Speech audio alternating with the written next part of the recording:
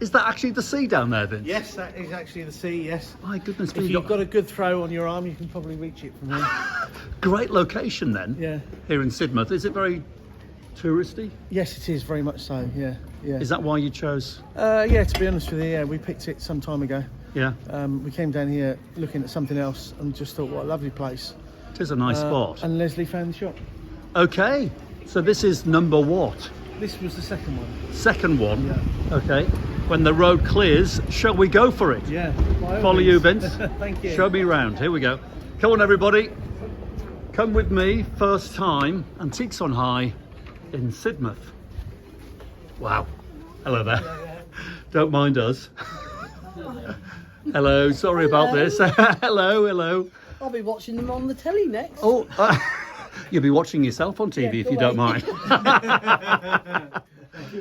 This is lovely. Okay, Vince, so this is smaller than your usual. Yes, it's smaller than Taunton, but it was the second one we opened after Oxford, and it was just the right location. It's all Simple about as that. location, Yeah, isn't it? it's So let's all have a about the wander location. around. Okay. There's an awful lot of different dealers in here. We've got a lot of local dealers. We brought quite a few dealers down here from Oxford who came with us. Right. We've now got dealers from Bowness Yeah. as well. And not too long in the distant future, we'll probably have dealers from Taunton as well. Okay, so you're sharing the space. The dealers are doing that, aren't they? They're moving stock around from place to place. Yeah. That's good to see as well, isn't it? So that's actually very good for them. Yeah, it works. It works really well. Yeah. It's difficult to convince people that it works, but it does work very well because we take all their stock. I don't know how you do it because how many have you got now? Centres? 4. 4, and there is a 5th one coming. There's a 5th one, yeah. But you can't say where that is. No, yet. I can't. No. I've been trying to get that out of you for absolutely ages. But you don't. You just spend your life on the road. To be fair, it's not too far from where you live. What, your new one is not far from where I it's live? not too far from you. Ah, okay. So I might be one of your regulars then. Yeah, you might be.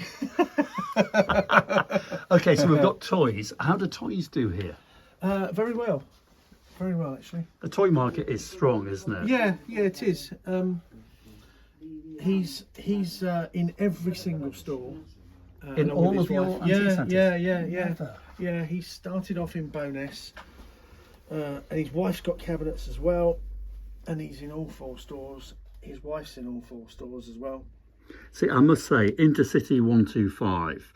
Yeah, we talk often, don't we, about antiques and objects taking you back in time. Well, this takes me back in time, particularly to my brother, who's 4 years older than me, Paul. Yeah. Was a big train mad boy. In fact, he had a club called TMB, Train Mad Boys. Yeah. And him and his friends used to go on the Intercity 125s all over the place for no particular reason other than just to be on the train. On the train, yeah.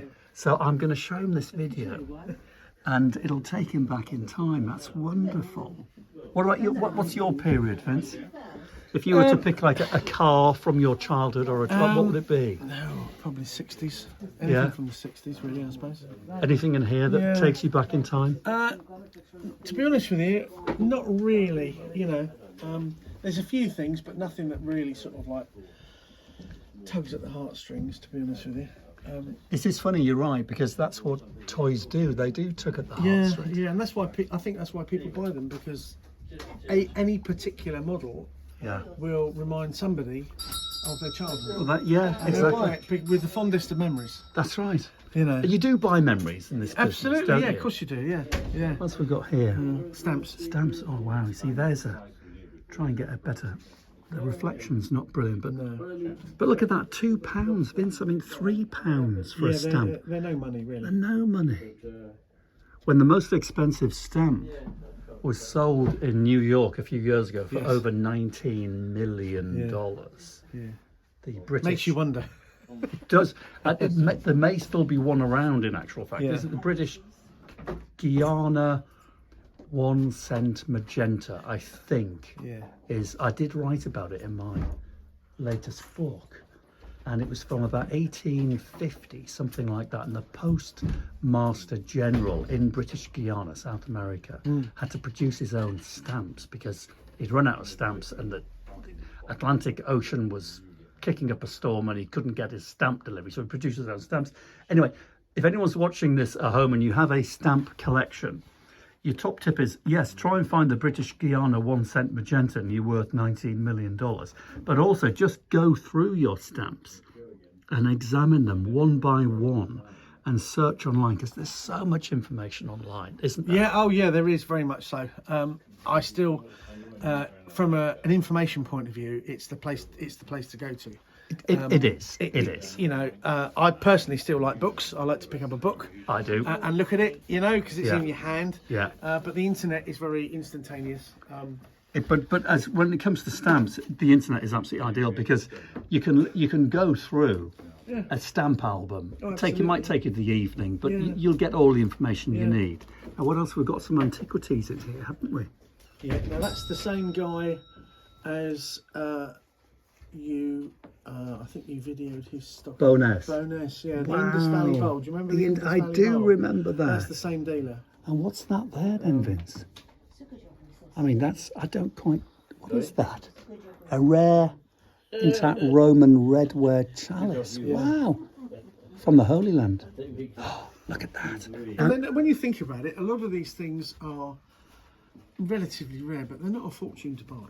Vince, I think look at that, the price. Yeah. 145 quid for a 2,000-year-old chalice from around the time of Christ. Yeah, I know, yeah. It's bonkers. Yeah.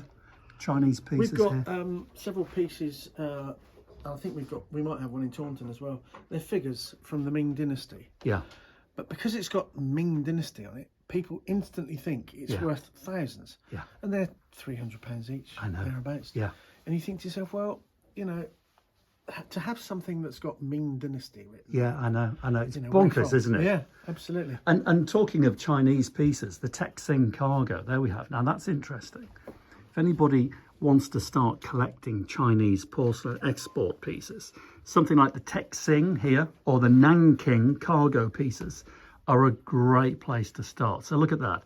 So if you're watching at home and you fancy a bit of Oriental porcelain in your home, genuine antique, look up the Texing. We can buy them here. Now the Texing was a ship that sunk in 1822, full of cargo. And then, I don't know how long ago, Vince, probably 30, 40 years ago, probably, the treasure hunters found it, didn't they? Yes, yeah. We've got a dealer in Oxford, and he receives, for the want of a better phrase, requests for tenders. Oh. So he's got teams of divers around the country who will find a relic with X amount in it, and then they will put it out to tender as to, we found this is what we've got, are you interested? Wow. And he will regularly receive emails to actually buy the whole cargo. the whole cargo, from essentially Wow. what they found, which is why sometimes all of a sudden there's a massive influx of stock onto the market, because somebody's found a ship somewhere. Well, look at that. I mean, the Texing, I think tens of thousands of pieces came up from the Texing, but remarkable to think that piece of export Chinese porcelain was under the water for 180 years or something like that, and the colours have barely changed, if changed at all. And I'm amazed they're still all in one piece. It's remarkable. It's fascinating. It is absolutely How come they've stayed all in one piece? I know. Well, so well made, I think. Yeah, absolutely, yeah.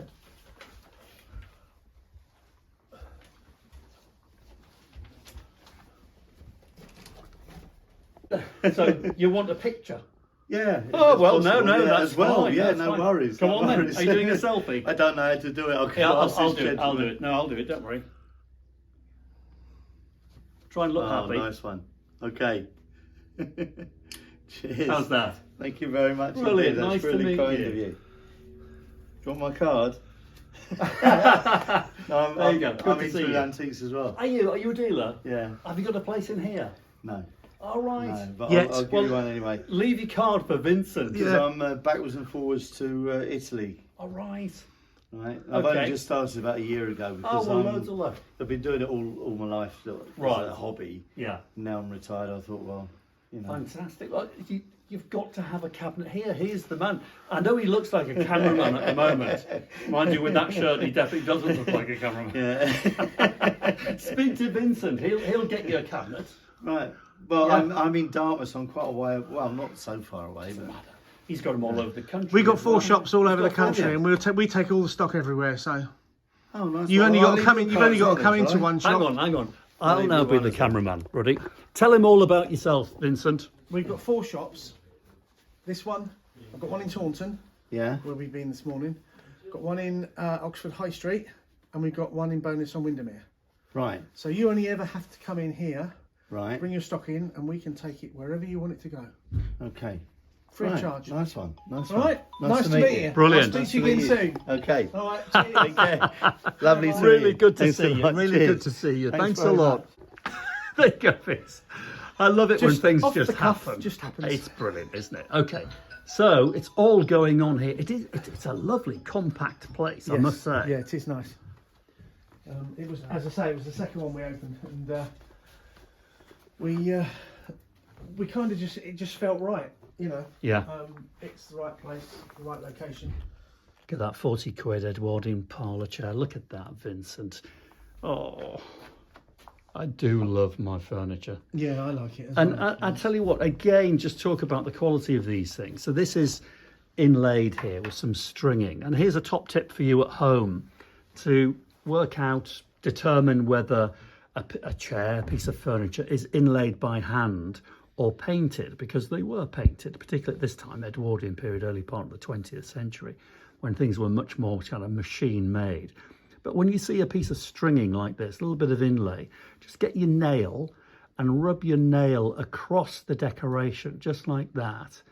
And if it's painted, you won't feel any change in the surface of the mahogany here. But if it's inlaid by hand, in other words, cut out and placed with a fruit wood or a satin wood like this, then your nail will pick up the ridge. And I can promise you, I am picking up a ridge. So this inlay, well, there's your proof in actual fact. It's missing here. Look at that. Can you see that? This inlay has been put in by hand, as has this parquetry here. A handmade chair, hand inlaid. Vincent? It's £40. It's 40 quid.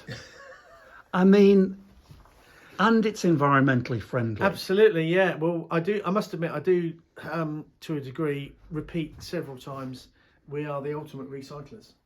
Totally. You know, when you think about it, Yeah.